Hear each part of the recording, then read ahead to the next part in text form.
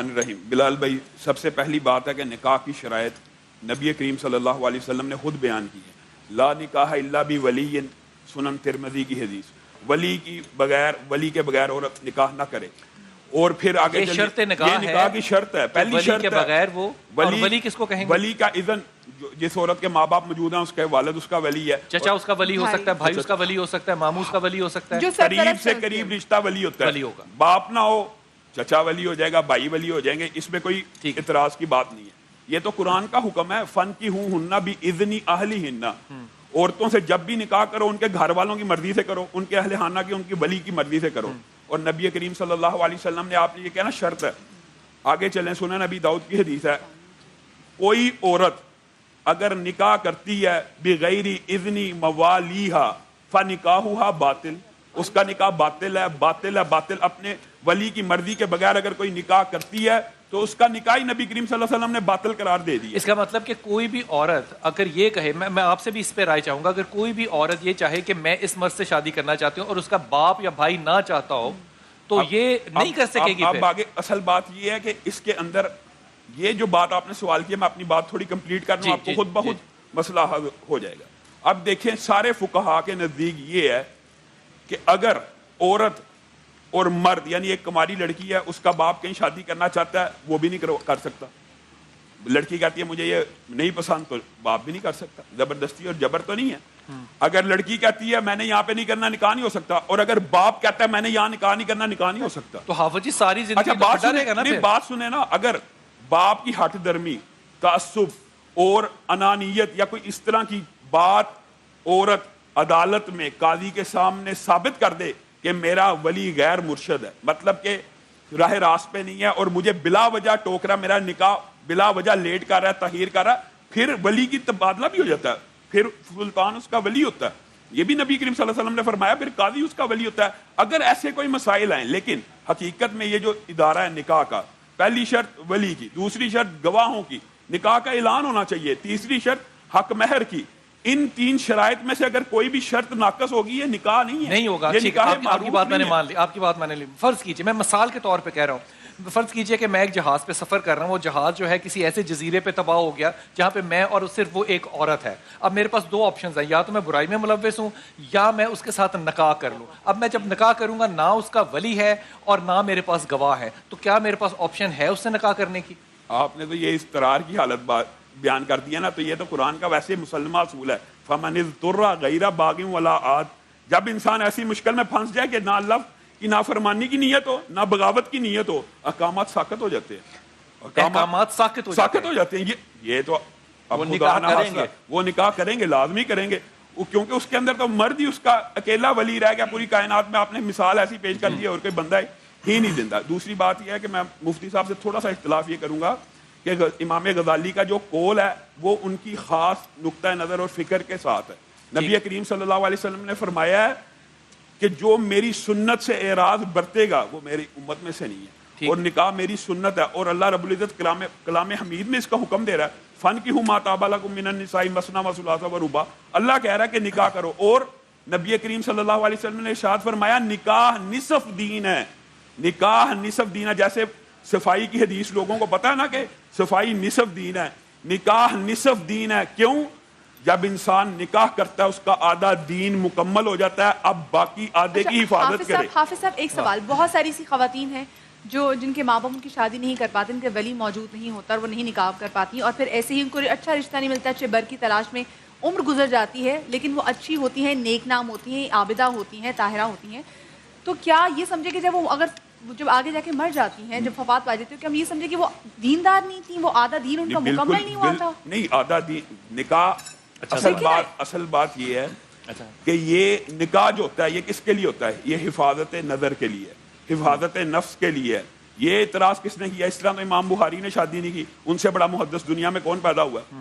اس کا مطلب یہ نہیں ہے معاذ اللہ جو جان بوجھ کے عمدن استطاعت رکھتے ہوئے، نکاح کی استطاعت ہے، لڑکی کے پاس رشتے موجود ہیں، اب باپ انکار کری جا رہا بلا وجہ، تو لڑکی کو اجازت ہے عدالت سے رجوع کر لے کہ میرا باپ اب ولی مرشد نہیں رہا. وہ نافرمانی کے زمرے میں نہیں آئے گا ماں باپ کی؟ اگر وہ ثابت کرے گی اگر وہ یہ بات ثابت کرے. ایک تو پھر معاشرے میں ایک انتشار پھیل گیا نا کہ بیٹیاں باپ کے خلاف عدالتوں میں جا رہی ہیں. اصل بات تو یہی ہے اسلام میں کہ بیٹی باپ کے خلاف نہ جائے, دونوں کا کنسنسس ہونا چاہیے کسی بھی رشتے کے اوپر.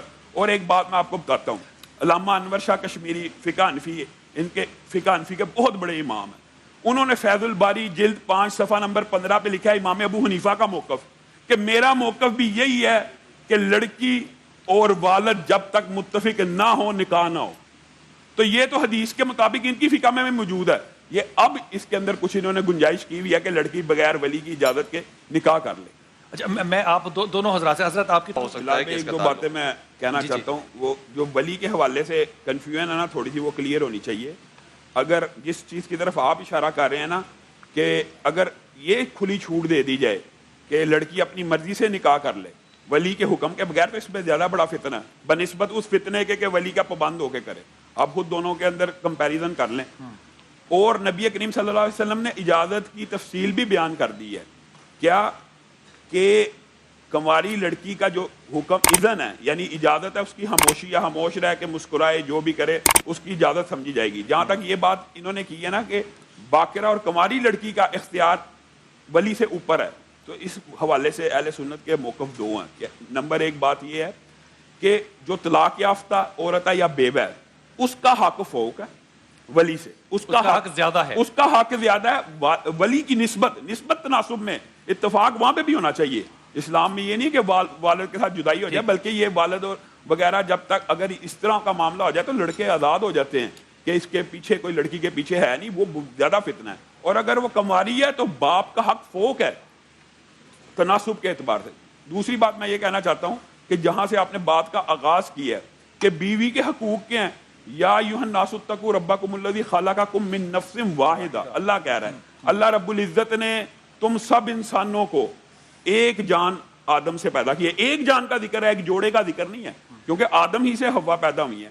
تو یہاں پہ جب اللہ تعالیٰ نے یا ایھا الناس کا ہے, اس کا مطلب کیا ہے کہ انسان ہونے کے اندر, انسان ہونے کے ناطے عورت مرد میں کوئی فرق نہیں, انسانیت کے اعتبار سے عورت مرد میں کوئی فرق نہیں. لیکن جو درجے کی فضیلت ہے وہ بھی وہ مال خرچ کرنے کی وجہ سے ہے کہ عورت کی کفالت کی ذمہ داری اللہ نے اسلام میں مرد کی لگائی ہوئی ہے.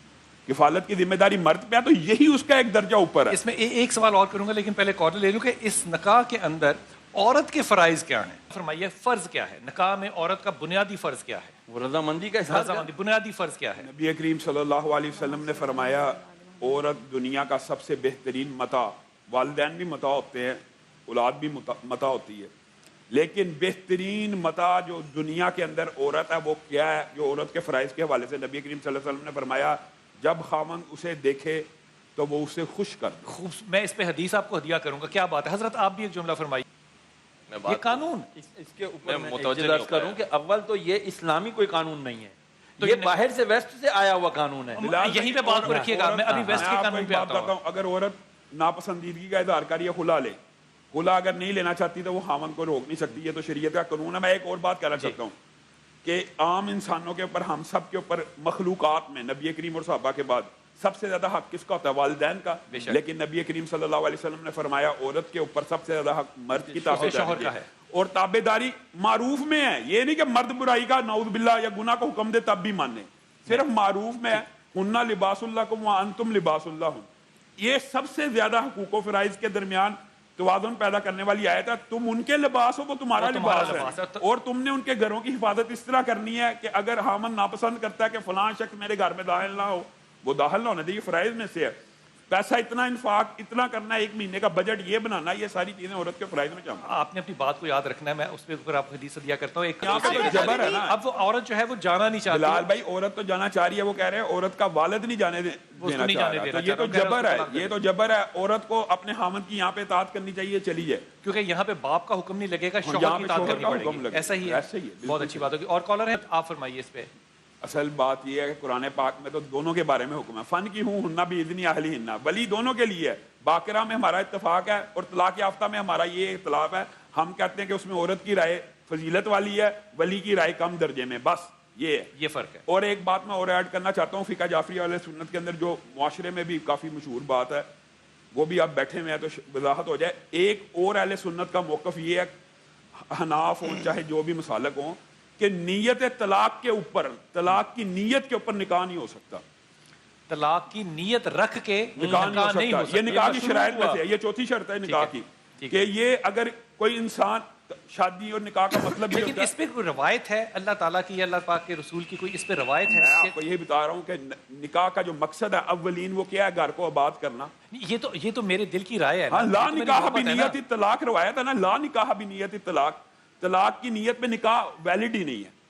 اور اس نکاح کی جو گنجائش موجود تھی لیکن اسلام حضرت میں، میرے میں آپ دل کو ایک کو بات کون بتاؤں، پہچانے گا؟ کہ میرے دل یعنی کو کہ کیسے اگر کوئی جان حلالہ سکتا ہے؟ کیا جاتا ہے تو پھر تو وہ حلالہ تو حلالے کے بارے میں تو صاف کہہ دیا حرام ہے.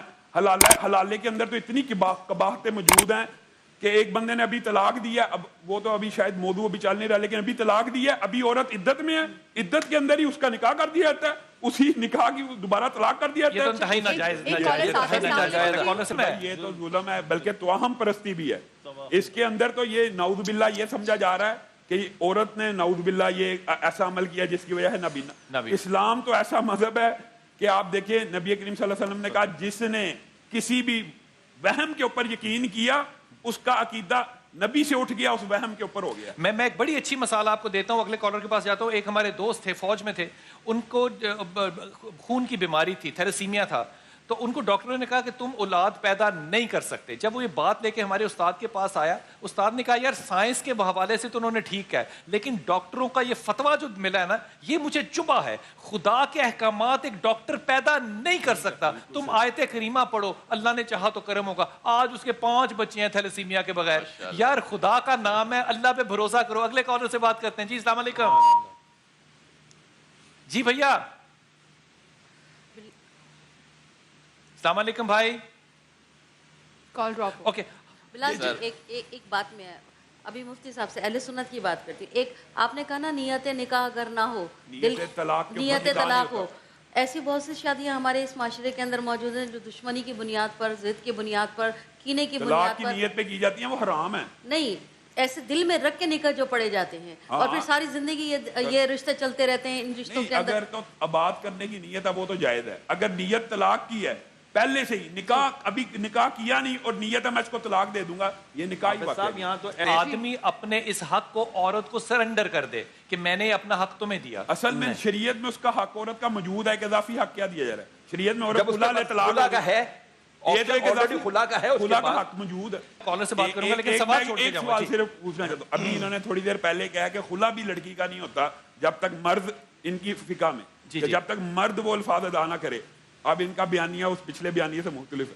عقود کی رعایت کرو، شرائط کی تو قرآن بندی کریم فرض کی آیت ہے ہے، اور یہ لیکن مطلق غیر آیت ہے. شرعی شرط کی اسلام میں کوئی حیثیت نہیں. کس کی؟ غیر شرعی شرط کی کوئی حیثیت اس کا مطلب یہ شرط نہیں رکھی جا سکتی کہ تم ہمارے دوسرا نکاح نہیں اہل کرو گے. سنت میں نہیں رکھی جا سکتی کیونکہ اسلام دوسرے نکاح کا تو حق ہے نا اس کو کہ جب وہ ایکویلنٹ لیکن وہ شرط رکھ لینا، نکاح کی شرط کیوں نہیں رکھی جا نہیں سکتی؟ نہیں ایسی ہر غیر شرعی شرط کو رد کر دیا جائے. شرعی شروط فقہ حنفی کے نزدیک ہو سکتی ہے لیکن فقہ جعفری کے نزدیک نہیں، وہ غیر پھر شرعی مجھے ایک بات بتائیں، شروط نہیں. سود کے اندر بھی شرط پہلے طے کر دی جاتی ہے.